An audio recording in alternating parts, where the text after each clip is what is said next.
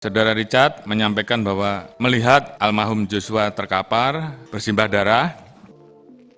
Kapolri sebut Richard melihat almarhum Joshua terkapar di depan Verdi Sambo, ia juga diminta ikut menembak.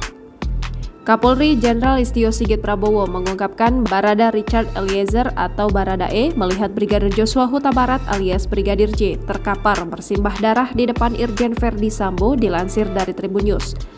Hal tersebut diungkapkan oleh Kapolri Listio Sigit saat menghadiri pemanggilan Komisi 3 DPR RI Jakarta, Rabu 24 Agustus 2022.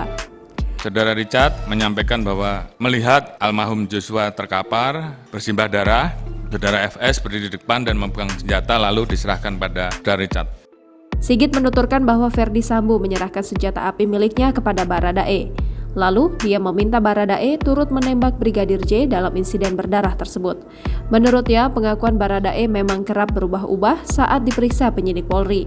Sebab, kata Sigit, Baradae dijanjikan Verdi Sambo bahwa kasus penembakan itu dihentikan penyidikannya. Ternyata pada saat itu saudara Richard mendapatkan janji dari saudara FS akan membantu memberikan SP3 terhadap kasus yang terjadi. Atas dasar itu, Sigit menuturkan bahwa Baradae kemudian bersedia kepada penyidik Polri untuk berbicara jujur mengenai kasus tersebut. Sebaliknya, dia meminta tak dipertemukan oleh Verdi Sambo selama pemeriksaan.